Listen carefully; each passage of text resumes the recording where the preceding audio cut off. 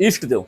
हमारी चर्चा चल रही है मेष राशि से लेके मीन राशि तक समस्त 12 भावों के माध्यम से इष्ट देव हमें क्या संदेश देना चाहते हैं और वो कौन सी बातें हैं जिनका हम अनुसरण करके और रेमेडीज का पालन करके हम अपने जीवन को एक निर्णायक मोड़ दे सकते हैं। हमारे जीवन में ऐसी बहुत सारी चीजें होती हैं जो हम नहीं चाहते, और बहुत सारी ऐसी चीजें होती हैं जो नहीं होती हैं जिसे हम चाहते हैं होना लेकिन वो नहीं होती हैं। ये सारी चीजें हमारे कंट्रोल में, हमारे नियंत्रण में नहीं है। इन सारी चीजों का नियंत्रण हमारे प्लानेट करते हैं।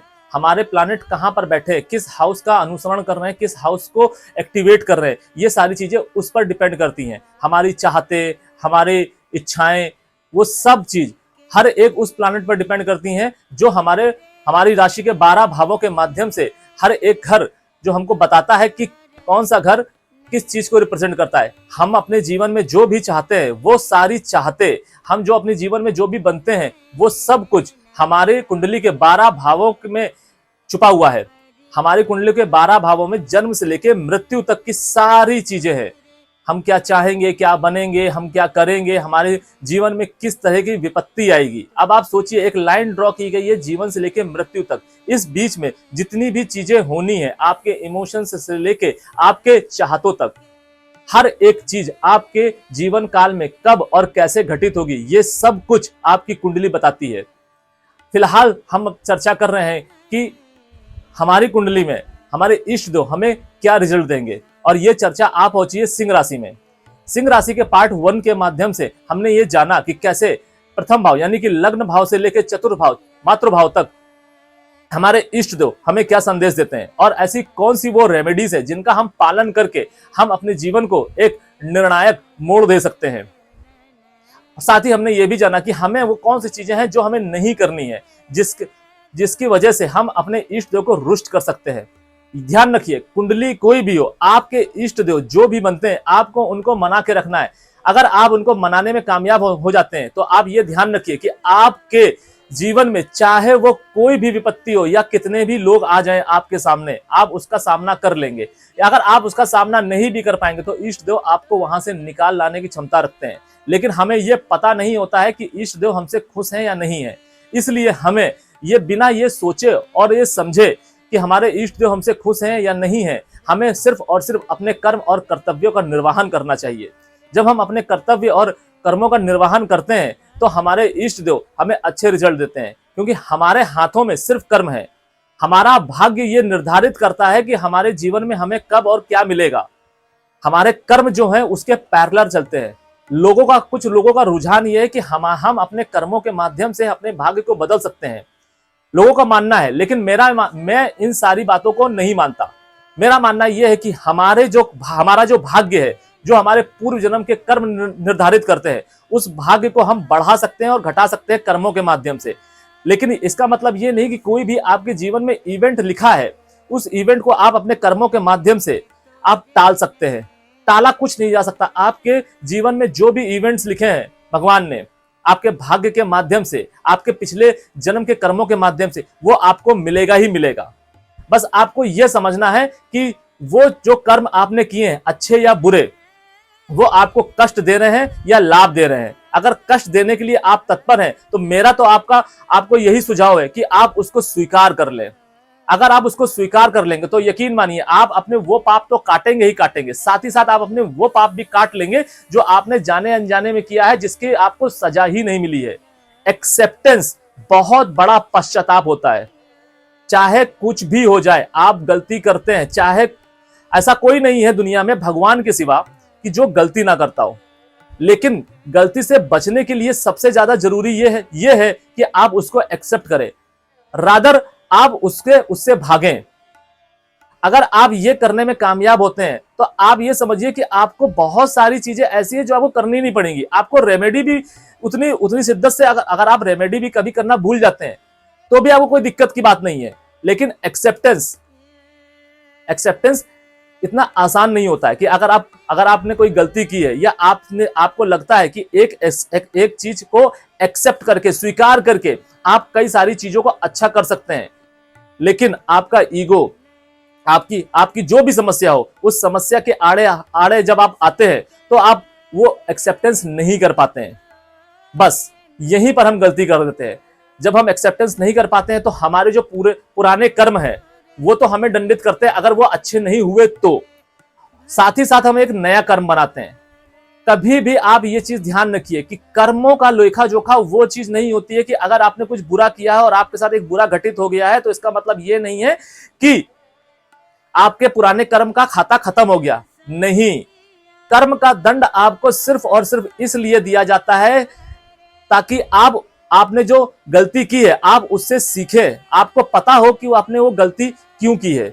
और अगर आप वो सीख नहीं रहे तो आप ये मान के चलिए कि वो दंड दोबारा आएगा, तब तक आता रहेगा जब तक आप वो सीखेंगे नहीं। आपको पता होना चाहिए कि आप गलत कहां पे हैं, आपके अंदर आपने कहां पे वो चीज नहीं स्वीकार करी है। तो इसीलिए ये स्वीकारना बहुत ज्यादा जरूरी है। आज हमारी चर्चा सिंह राशि में 5th हाउस यानी कि संतान भाव से आरंभ होगी। Welcome celestial seekers to the cosmic journey where the stars align and destinies unfold. मैं यहां हूं ताकि आपको ब्रह्मांड के रहस्यों के माध्यम से गाइड कर सकूं और ज्योतिष के ज्ञान से आगे का मार्ग प्रकाशित कर सकूं। सिंह राशि में हमारे इष्ट देव अगर 5th हाउस यानी कि संतान भाव में होंगे तो हमें क्या रिजल्ट देंगे। संतान भाव में अगर हमारे इष्ट देव आके बैठेंगे यानी कि मूल त्रिकोण का स्वामी मूल त्रिकोण में आकर ही बैठता है तो आपके संतान भाव को अच्छा करेगा। याद रखिए, अगर आपका 5th हाउस बली है और इस पर किसी मारक या बाधक प्लैनेट की दृष्टि नहीं आ रही है, साथ ही साथ कोई स्त्री प्लैनेट की अगर दृष्टि नहीं आ रही है, तो ये आप ध्यान रखिए कि आपका जो पहली संतान होगी वो एक पुत्र ही होगा और वो सामान्य पुत्र नहीं होगा, वो एक तेजस्वी पुत्र होगा। तेजस्वी पुत्र की डिफिनीशन इस बात पे निर्भर करती है कि आपके जो सूर्य है यानी कि आपके जो इष्ट हैं वो कितने बली हैं। अगर आपका आचरण अच्छा है और आपके इष्ट बली हैं तो आपके जीवन में एक तेजस्वी पुत्र की उत्पत्ति होगी ही होगी, जो आपके कुल के नाम को और आपके नाम को आगे तक लेके जाएगा। आगे तक लेकर जाने का तात्पर्य ये नहीं है कि सिर्फ कुछ सालों तक, ये नाम आपका पीढ़ियों तक जा सकता है। ये सिर्फ इस बात पर निर्भर करेगा कि आपके जो सूर्यदेव है और आपके जो इष्ट देव हैं वो कितने बली हैं। अगर वो बली हुए तो आपकी संतान एक ज्ञानवान, एक अद्भुत, अद्वितीय होगी। यहां पे बैठे हुए 5th हाउस में बैठे हुए जब हमारे इष्ट देव जो कि बृहस्पति देव बनते हैं, वो अपनी 5वीं दृष्टि से जब आपके धर्म भाव को देखेंगे यानी कि 9th हाउस को देखेंगे तो आपके तो जातक को धर्म के प्रति कट्टरता देंगे। कट्टरता वो नहीं जिसमें हम लड़ाई झगड़े करते हैं। कट्टरता वो जो वाक्पटुता होती है, जहां पर हम अपने ज्ञान का नेतृत्व करते हैं, हम अपने ज्ञान के माध्यम से अपने धर्म को स्थापित करते हैं, हम अपने बातों के माध्यम से अपनी चीजों को रखते हैं, अपने धर्म के बारे में बातें करते हैं, अपने समाज के बारे में बात करते हैं, अपने कुल के बारे में बातें करते हैं। 9th हाउस में बैठे, 9th हाउस में जब हमारे बृहस्पति देव की जब दृष्टि जाएगी तो वो आपके जो छोटी बहन है उसके साथ रिलेशन अच्छे करेंगे, आपके जमाई के साथ रिलेशन अच्छे करेंगे। ध्यान रखिए कि आपका जो भी ग्रह किसी भी हाउस में बैठा हो, अगर वो अच्छे रिजल्ट दे रहा है, मैटर ये नहीं करता है। ऐसा नहीं है कि 6, 8, 12 में सिर्फ और सिर्फ कोई भी ग्रह खराब रिजल्ट ही देते हैं, नहीं। डिपेंड करता है कि उसके ऊपर दृष्टि किसकी आ रही है और वो स्वराशि है या नहीं है, मित्र राशि है या नहीं है। इस पर बहुत सारी चीजें डिपेंड करती हैं। साथ ही साथ हमारे लग्नेश की जो भूमिका होती है वो बहुत अहम होती है।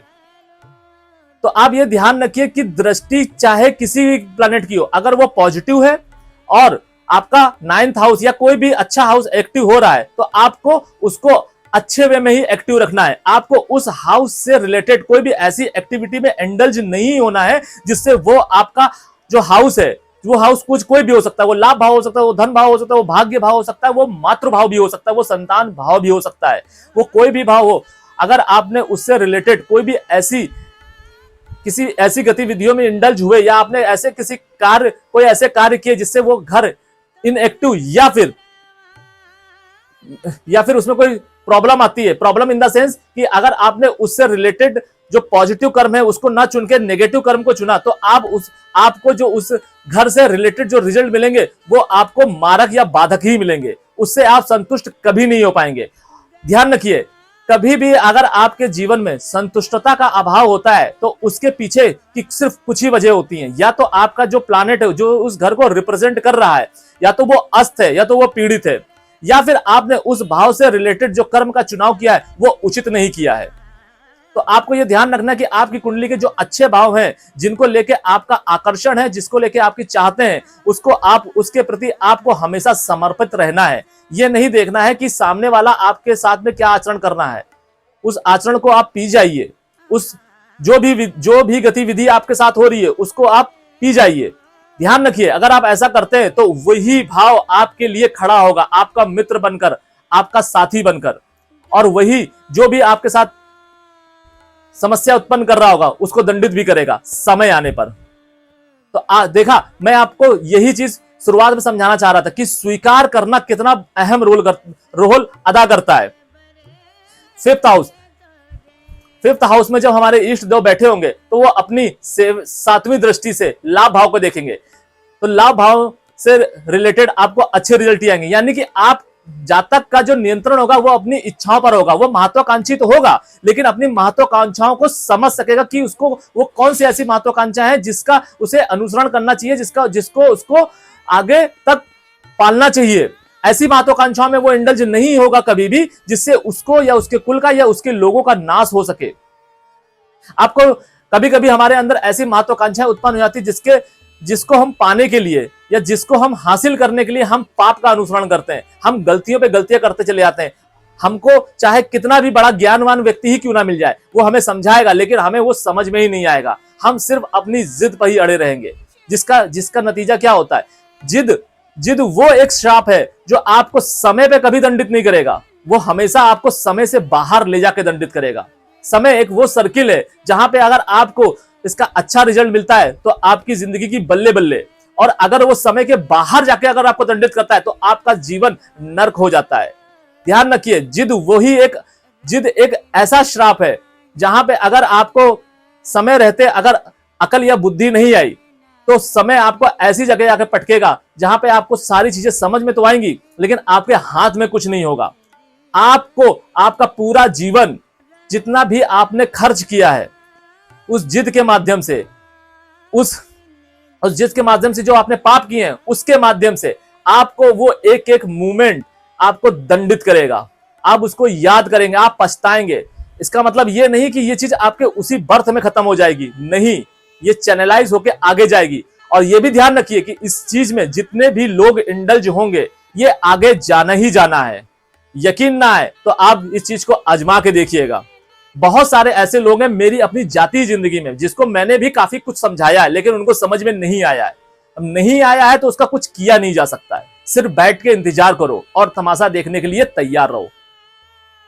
5th हाउस में जब हमारे इष्ट देव बैठेंगे तो अपनी 9वीं दृष्टि से आपके लग्न को देखेंगे। जब हमारे इष्ट देव 5th हाउस में बैठ के लग्न को देखते हैं तो आपकी जातक की जो पर्सनालिटी होती है वो बहुत अट्रैक्टिव होती है, ज्ञानवान होती है, क्योंकि हमारे जो जुपिटर देव हैं जो यानी कि गुरुदेव जो है वो ज्ञान के सूचक हैं। आप जातक के अंदर इतना ज्ञान आ जाता है उसको खुद भी नहीं पता होता है, आसपास के लोगों को नहीं पता होता है कि उसने इसका मतलब ये नहीं है कि वो पढ़ाई लिखाई करेगा ही करेगा या उसको अनुभव होगा ही होगा, नहीं। अगर आपकी जीवन में बृहस्पति देव अच्छे हैं, बली हैं, तो आपको अनुभव हो या ना हो, आप किसी शिक्षा को ग्रहण करें या ना करें, ज्ञान आपके जीवन में आएगा ही आएगा स्वतः। और वो ज्ञान आपको बहुत कुछ सिखाएगा, बहुत कुछ बताएगा और उस ज्ञान से आप आगे तक जाएंगे। हाँ, ये हो सकता है कि कभी आप उस ज्ञान को आप नियंत्रित ना कर पाए और उस ज्ञान से आप किसी का अहित भी कर दें, लेकिन ये आप ध्यान रखिए कि अगर आपके अंदर स्वीकार करने की क्षमता है तो वही जो गुरुदेव आपको ज्ञान दे रहे हैं वही गुरुदेव आपको क्षमा करके और ज्यादा ज्ञान देंगे। बस जैसे कि मैंने आपको पिछले वीडियो के माध्यम से बताया कि जब हम कर्क राशि का चिंतन कर रहे थे, कर्क राशि के बारे में बात कर रहे थे, जिसमें हमारे इष्ट देव बनते थे मंगल देव यानी कि शक्ति। जब मंगल देव शक्ति प्रदर्शन करते हैं तो हर एक चीज मंगल देव की जिस भी हाउस में वो बैठेंगे सिर्फ वो शक्ति प्रदर्शन ही करेंगे। उसी तरीके से सिंह राशि में जो हमारे इष्ट देव बनते हैं यानी कि गुरुदेव, वो सिर्फ और सिर्फ ज्ञान का प्रदर्शन करेंगे। वो बाहुबल का प्रदर्शन नहीं करेंगे, वो कूटनीति का प्रदर्शन करेंगे, वो राजनीति का प्रदर्शन करेंगे, लेकिन वो बाहुबल को लेके नहीं आएंगे। ज्ञान के बल पे वो हर एक चीज आपको दिलाएंगे। बस आपको यह समझना है कि वो ज्ञान आपको कहां यूज करना है और कैसे यूज करना है। कभी कभी मौन आपके लिए बहुत बड़ा सबक बन जाता है, बहुत बड़ा अस्त्र बन जाता है। अब ऐसी वो कौन सी रेमेडी है जिसको हम करके हम अपने बृहस्पति देव को और अच्छा कर सकते हैं। साथ ही साथ अगर किसी मारक या बाधक प्लैनेट की दृष्टि आ रही हो जिसकी वजह से हमारे बृहस्पति देव के जो पॉजिटिव रिजल्ट उस पर इंपैक्ट आ रहा हो, तो हम वो कौन सी रेमेडी जिसका हम अनुसरण करके, जिसका हम पालन करके अपने बृहस्पति देव को अच्छा कर सकते हैं, अपने इष्ट को मना सकते हैं।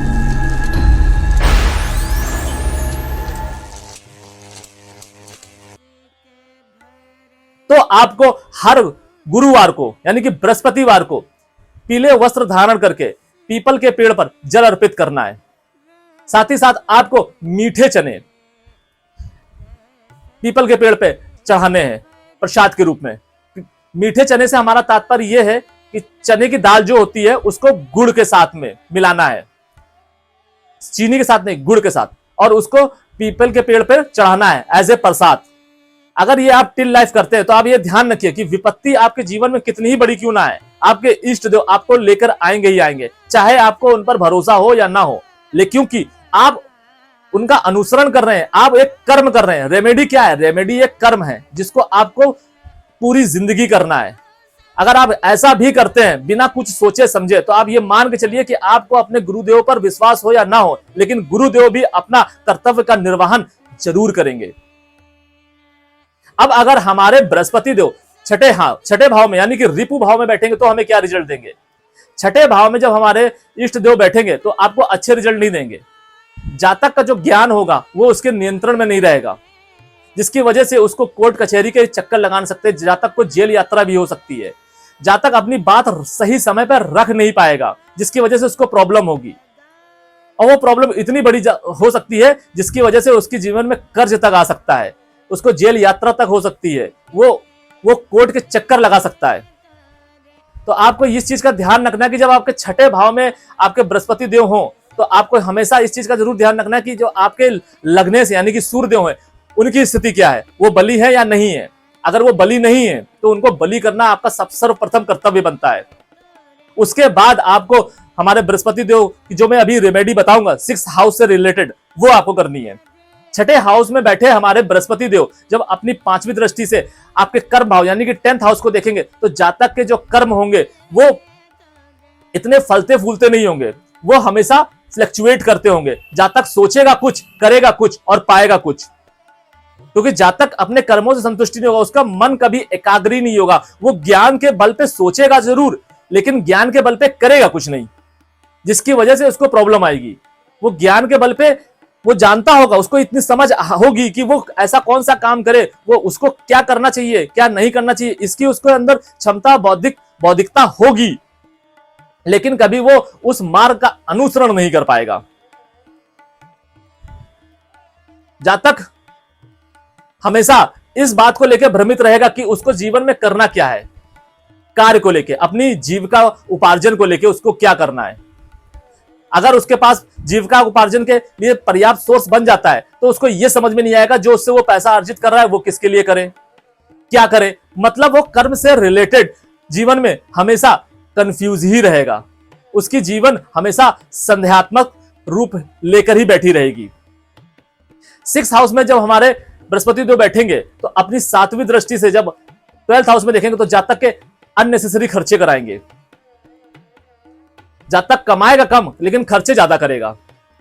जातक बाहर जाना चाहेगा, बाहर जाएगा, लेकिन हमेशा उसको इस बात का ध्यान रखना है, कभी भी अगर जातक बाहर जाने की सोचता है तो उसको अपने डॉक्यूमेंट्स से रिलेटेड चीजों, जितनी भी चीजें उसके डॉक्यूमेंट्स हैं उसको लेकर कभी उसको लापरवाह नहीं होना है, क्योंकि अगर वो अपने डॉक्यूमेंट से रिलेटेड किसी भी चीज को लेकर लापरवाह हुआ तो उसको उसी वजह से जेल यात्रा हो जाएगी।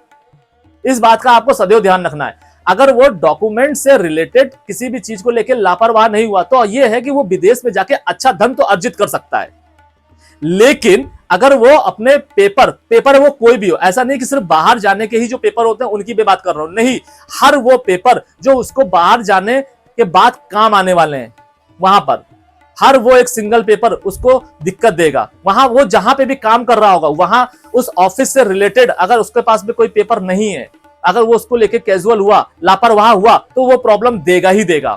तो उसको कागज जो भी होते हैं, उसके जो डॉक्यूमेंट्स होते हैं, उसको लेके कभी लापरवाह नहीं होना है। पैसों को लेकर लापरवाह हो जाए चलेगा, लेकिन डॉक्यूमेंट के मामले में नहीं, क्योंकि ये उसको जेल यात्रा तक करा सकता है, डिपोर्ट तक करा सकता है। छठे हाउस रिपु भाव में जब हमारे बृहस्पति देव बैठेंगे तो अपनी नवीं दृष्टि से आपके धन भाव को देखेंगे। तो जातक का जो धन से रिलेटेड जो इश्यूज हैं उसको रिजॉल्व नहीं होने देंगे। आपको यहां पे इतना ध्यान रखना है कि जातक छठे हाउस में जब भी होगा तो अपने ज्ञान का सही प्रदर्शन नहीं कर पाएगा। जातक हमेशा ज्ञानवान तो होगा, लेकिन उसका जो ज्ञान है वो हमेशा टेढ़ा चलेगा, जिसकी वजह से उसको प्रॉब्लम होगी। ऐसे मैंने बहुत सारे लोग देखे जिनके फेस के माध्यम से पता चलता है कि उसका जुपिटर कितना कितना ज्यादा स्ट्रांग है, उनको ज्ञान है, उनको दुनिया की समझ है, वो दूसरों को ज्ञान तो बहुत अच्छा देंगे, लेकिन अपने जीवन में उस ज्ञान को कभी नहीं उतार पाएंगे। साथ ही साथ वो उनके जो कर्म होंगे वो उनके कर्म उनके ज्ञान से बिल्कुल अपोजिट होंगे, जिसकी वजह से उनका समाज में यश खराब होगा। उनको जिंदगी में कुछ हासिल नहीं होगा, वो कितनी भी पूजा क्यों ना कर लें, कुछ भी कर लें, चाहे वो किसी भी देव को प्रसन्न कर लें, कभी भी उनको कुछ हासिल नहीं होगा अनटिल अनलेस जब तक वो जो ज्ञान उनको मिला हुआ है उसका अनुसरण ना करें, जिसका कर पाना उनके लिए थोड़ा सा मुश्किल होगा, क्योंकि उनके अंदर लालच आ चुका होगा। जब लालच आपके अंदर आ जाता है तो वो आपके लिए प्रॉब्लमेटिक बनता है। ये चीज मैं सिर्फ 6th हाउस में अगर किसी के जुपिटर बैठा है उसके लिए मैं बता रहा हूं। तो आपको हमेशा इस चीज का ध्यान रखना है कि अगर आपके जुपिटर यानी कि गुरु यानी कि बृहस्पति देव अगर छठे हाउस में बैठते हैं और वो पीड़ित हो जाते हैं, तो आपको अपने ज्ञान का हमेशा सदुपयोग ही करना है, उसका मिसयूज नहीं करना है। अगर आप मिसयूज करके अपना थोड़ा सा फायदा अर्जित करते हैं तो वो आपके भविष्य के लिए बहुत ज्यादा नुकसानदायक हो सकता है।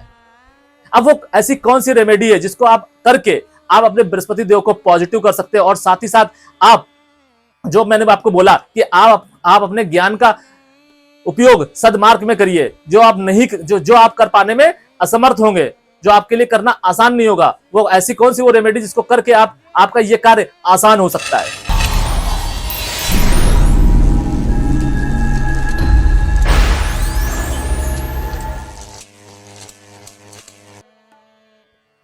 तो आपको हर गुरुवार को पीपल के पेड़ पर जल अर्पित करना है, साथ ही साथ पीपल के पेड़ पर हल्दी का तिलक लगाना है, और उसी तिलक से अपने माथे पर भी तिलक लगाना है।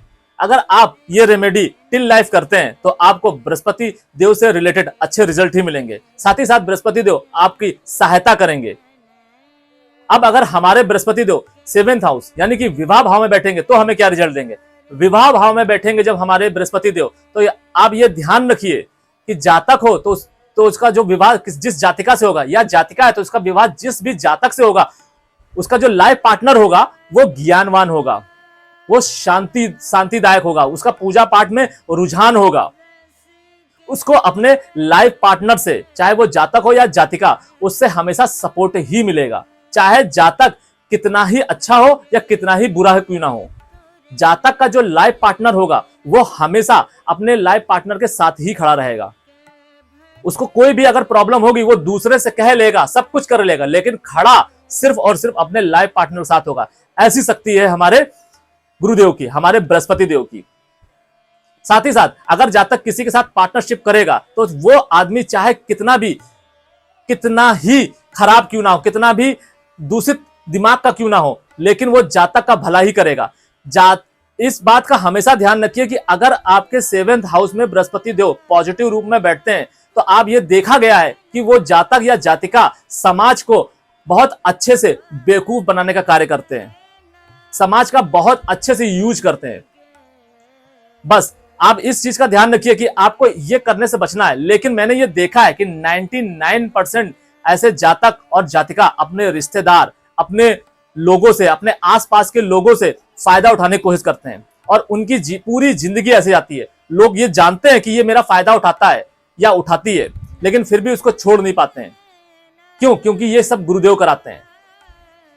इसका मतलब ये नहीं है कि उसको इस चीज का दंड नहीं मिलेगा, दंड मिलेगा। मैंने बोला ना कि हर एक चीज का एक समय होता है, और जिस समय उसको इस चीज का दंड मिलेगा ना, उसके हाथ में कुछ नहीं बचेगा। यह भी हो सकता है कि उसका यह दंड उसकी अगली पीढ़ी को मिले, या यह भी हो सकता है कि उसकी अगली पीढ़ी खत्म हो जाए। ये सिर्फ और सिर्फ इस चीज पर डिपेंड करेगा कि उसका जो पर्पस है, अपने पर्पस को फुलफिल करने के लिए वो कितना नीचे गिरा है।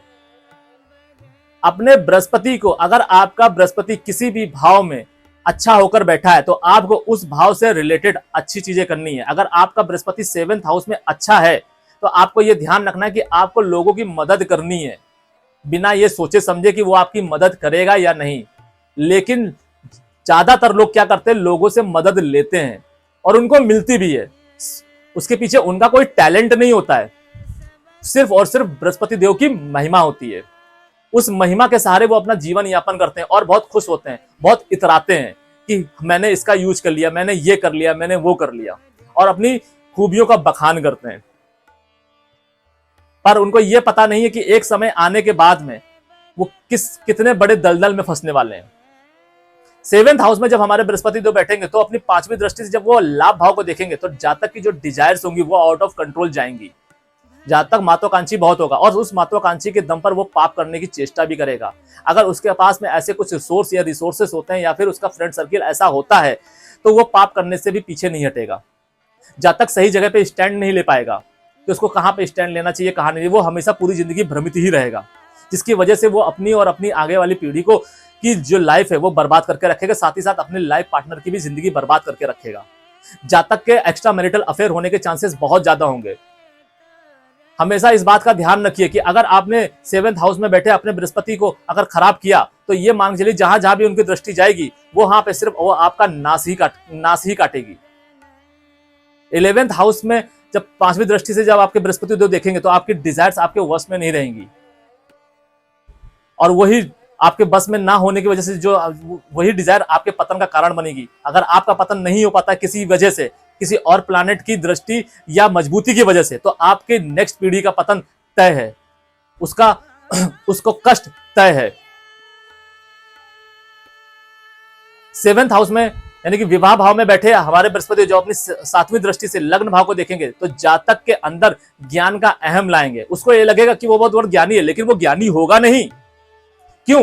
क्योंकि 7th हाउस में बैठे जो बृहस्पति देव हैं, जिसके दम पे, जिनकी वजह से वो समाज से चीजों को अर्जित कर रहा है, अपनी इच्छाएं पूरी कर रहा है, अपने लोगों की इच्छाएं पूरी कर रहा है और ये सोच के इतरा रहा है कि इसको मैं बेवकूफ बनाने में कामयाब हो गया या मैं इसको घुमाने में कामयाब हो गया और इसको कुछ समझ में ही नहीं आया कि मैंने इसको किस तरीके से छला है।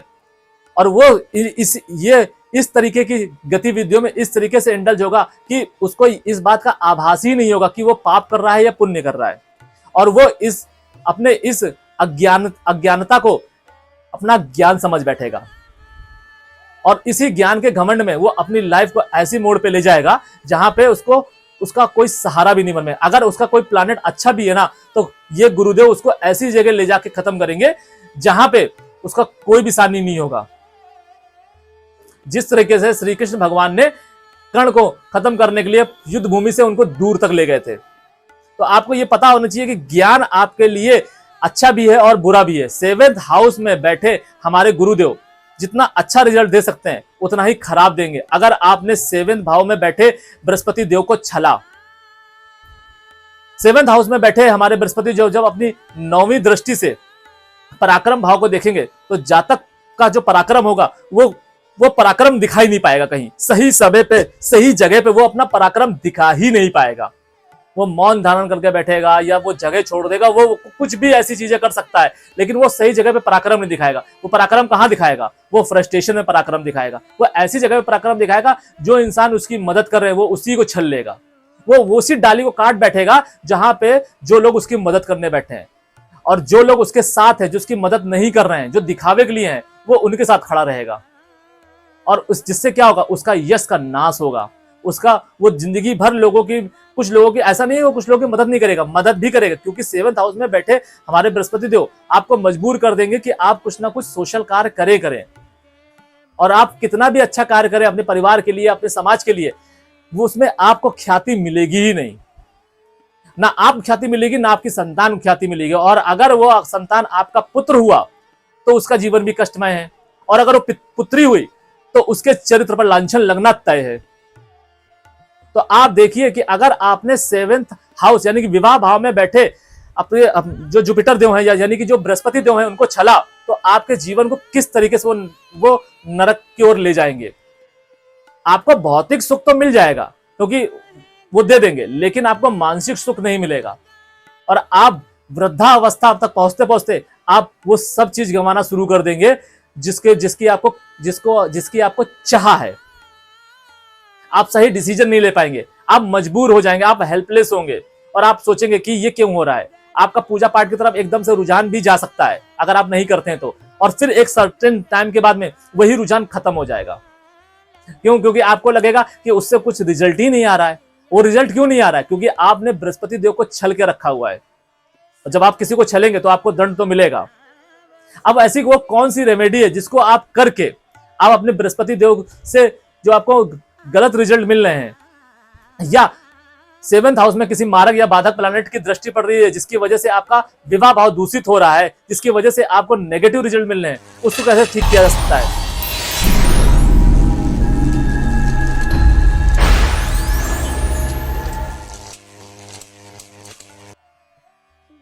आपको गुरुवार वाले दिन पीपल के पेड़ पर जल अर्पित करना है और चावल का प्रसाद चढ़ाना है।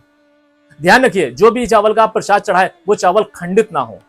अगर ये रेमेडी आप टिल लाइफ करते हैं तो आपको 7th हाउस से रिलेटेड, साथ ही साथ जो 7th हाउस में बैठे हमारे गुरुदेव हैं जो अपनी 5वीं दृष्टि से लाभ भाव और 7वीं दृष्टि से लग्नेश और 9वीं दृष्टि से पराक्रम भाव को देख रहे हैं, इससे रिलेटेड आपको अच्छे रिजल्ट ही मिलेंगे। मगर इस बात का ध्यान रखिएगा कि आपको बृहस्पति देव को छलना नहीं है। इसकी भूल आपको बिल्कुल भी नहीं करनी है, कदा भी नहीं करनी है। अब अगर हमारे बृहस्पति देव 8th हाउस में बैठेंगे तो हमें क्या रिजल्ट देंगे? 8th हाउस में जब हमारे बृहस्पति देव बैठेंगे जाके, तो जातक को एक उच्च दर्जे का रिसर्चर बनाएंगे। जातक की रुचि तंत्र मंत्र की तरफ जा सकती है, जातक एक अच्छा एस्ट्रोलॉजर तक बन सकता है। क्योंकि अगर जातक की रिसर्च अच्छी हुई, जातक का ज्ञान पर नियंत्रण हुआ, तो वो एक अच्छा एस्ट्रोलॉजर भी बन सकता है। 8th हाउस में बैठे हमारे बृहस्पति देव जब अपनी 5वीं दृष्टि से व्यय भाव यानी कि 12th हाउस को देखेंगे तो जातक के व्यय कराएंगे। व्यय इतने ज्यादा होंगे कि उसको समझ में नहीं आएगा कि व्यय हो कहां रहा है, लेकिन इस बात का ध्यान रखना है कि वो व्यय होने दे। क्योंकि जातक जितना ज्यादा व्यय करेगा लोगों की सेवा के रूप में, लोगों के भले के रूप में, खुद के भले के रूप में नहीं, लोगों के भले के रूप में, तो जातक को इसका फायदा ही होगा। अगर उसने वो सारा धन, वो सारा ज्ञान सिर्फ अपने भले के लिए खर्च किया तो उसको नुकसान होगा। तो आपको इस चीज का हमेशा ध्यान रखना है कि जो आपको व्यय करना है वो लोगों की भलाई के लिए करना है। यहां 8th हाउस में बैठे जुपिटर देव आपको सेवा भाव देते हैं। आपको ज्ञान जो दे रहे हैं, उस ज्ञान के आप किसी को जो गाइड करेंगे वो अच्छे वे में गाइड कीजिए। वहां पे आपको अपना लाभ नहीं देखना है कि आप इसको छल लें अपने ज्ञान के माध्यम से। अगर आपसे कोई सलाह मांग रहा है तो आपने उसको उस सलाह के माध्यम से छल लिया, तो आपको ये समस्या आएगी। आपको हमेशा उसको जेन्युइन सलाह ही देनी है। फिर वो सलाह, वो जो भी जातक है वो आपके खिलाफ ही क्यों ना यूज करे, उससे आपको कोई फर्क नहीं पड़ना चाहिए। आपको हमेशा न्यूट्रल रहना चाहिए। 8th हाउस में बैठे हमारे बृहस्पति देव जब 7वीं दृष्टि से धन भाव को देखेंगे तो जातक को पैतृक संपत्ति से लाभ होगा। अब आप यह ध्यान रखिए कि अगर आपने जो भी व्यय है वो लोगों की भलाई के लिए किया, जो भी अपने सलाह दी वो लोगों की भलाई के लिए दी, तो ये मान चलिए कि आपके जो पूर्वज है, जो आपके एंसेस्ट्रल प्रॉपर्टी है, वो आपको मिलेगी और वो आपको लाभ ही देके जाएगी। जो भी आपको आपके पूर्वजों के माध्यम या आपके पिता के माध्यम से मान सम्मान या धन मिलेगा वो आपको लाभ ही देके जाएगा। वो यश आपके जीवन में सहायता ही करेगा, आपको नुकसान नहीं कराएगा। आपको जब कभी भी जरूरत होगी किसी की, तो वो यश, वो धन, वो हर एक चीज जो आपके पिता या आपके पूर्वजों के द्वारा अर्जित की होगी वो कहीं ना कहीं से काम आ जाएगी। हर वो रिलेशन आपके काम आएगा जो आपके पूर्वजों या आपके पिता के द्वारा कमाया गया हो या बनाया गया हो। तो बस ध्यान रखिए कि किस तरीके से आपका 12th हाउस और आपका धन भाव इंटरकनेक्टेड है। बस सिर्फ एक चीज चेंज करनी है आपको। अगर आपने यहाँ पे सेल्फिश होकर चीजें की तो यही चीज आपके विरुद्ध जाएगी, यही चीज बिल्कुल 360 डिग्री नेगेटिव हो जाएगी। 8th हाउस में बैठे जब हमारे बृहस्पति देव अपनी 9वीं दृष्टि से आपके मातृभाव को देखेंगे तो जातक को घर, गाड़ी, मकान की सुविधा देंगे। जातक की माता ज्ञानवान होगी, पूजा पाठ में उनकी रुचि होगी।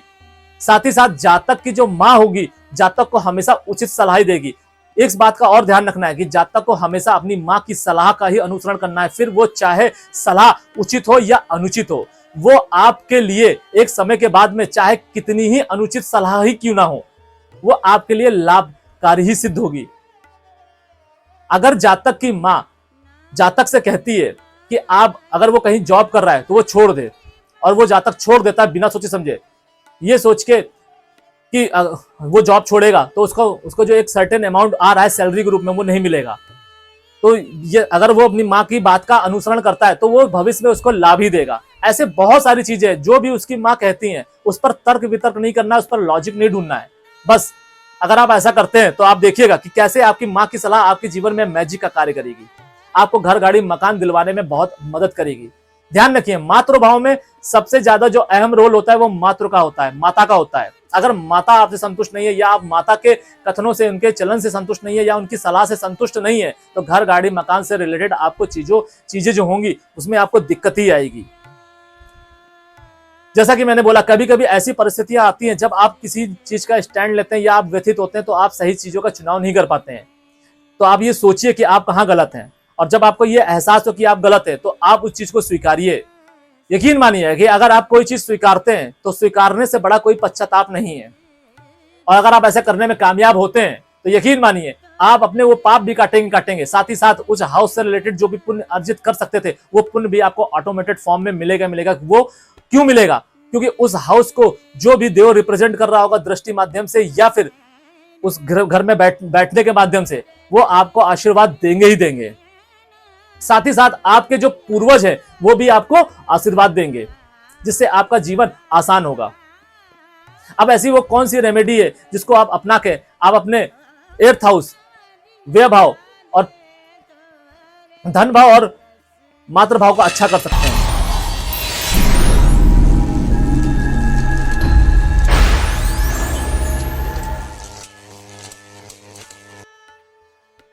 अपने 8th भाव को अच्छा करने के लिए आपको हमेशा टिल लाइफ गुरुवार वाले दिन पीपल के पेड़ पर जल अर्पित करना है। साथ ही साथ आपको नीम का प्रसाद चढ़ाना है। अब आप कहेंगे नीम का प्रसाद क्या? नीम के प्रसाद में नीम की पत्ती नहीं, उसका जो फल होता है, फल के साथ आप पत्तियां जरूर चढ़ा सकते हैं, लेकिन खाली पत्तियां नहीं। अगर आप ये करते हैं तो आपको टिल लाइफ अच्छे रिजल्ट ही मिलेंगे। मैं ये नहीं कह रहा हूं कि आपकी जिंदगी में दुख नहीं आएगा, दुख आएगा, लेकिन उस दुख से निकलने की जो शक्ति है वो इष्ट देव आपको देंगे, वो आपको मार्ग दिखाएंगे। आपका हित अहित हो सकता है, लेकिन ऐसा नहीं है कि उस अहित से आपको लाभ नहीं होगा। अगर आपके अब जैसी जितनी भी चीजें मैंने आपको बताई है उस बातों का, उन चीजों का आप अनुसरण करते हैं तो आपको हमेशा जिस भाव के बारे में मैंने आज बात की है या मैं करता आया हूं उस भाव से रिलेटेड आपको अच्छे रिजल्ट ही मिलेंगे। तो आपको यह चीज ध्यान रखनी है, कोई भी ग्रह हमारी कुंडली में कहीं पे भी बैठा हो, ये सिर्फ और सिर्फ हमारे पास्ट लाइफ के कर्म ही निर्धारित करते हैं कि आपके कुंडली में कौन सा ग्रह किस भाव में बैठ रहा है और उसकी दृष्टि कहाँ जा रही है। ये सब कुछ हमारे पूर्व जन्म के कर्म ही निर्धारित करते हैं। अगर हमने किसी हाउस से रिलेटेड कोई कर्म खराब किए हैं या हमने दूषित किए हैं तो हमारे जो प्लैनेट है वो उनका जो बैठना होगा वो ऐसा होगा कि उस भाव से रिलेटेड हमें गलत रिजल्ट ही मिलेंगे, और जो हमने अच्छे काम किए होंगे उस हमारी कुंडली के 12 भावों में जो बैठना होगा वो उसी हिसाब से होगा। तो आपको हमेशा इस चीज का ध्यान रखना है। मैं आपको जिस भी चीज को बारे में बता रहा हूं कि आपको ये चीज करनी है तो आप ये मान के चलिए अगर आप वो करते हैं तो आपको उसका लाभ ही होगा। आज के लिए बस इतना ही। Thank you for tuning in. सेले एनर्जीज आपका मार्गदर्शन करें और आपके आगे के सफर को प्रकाशित करें। Thank you.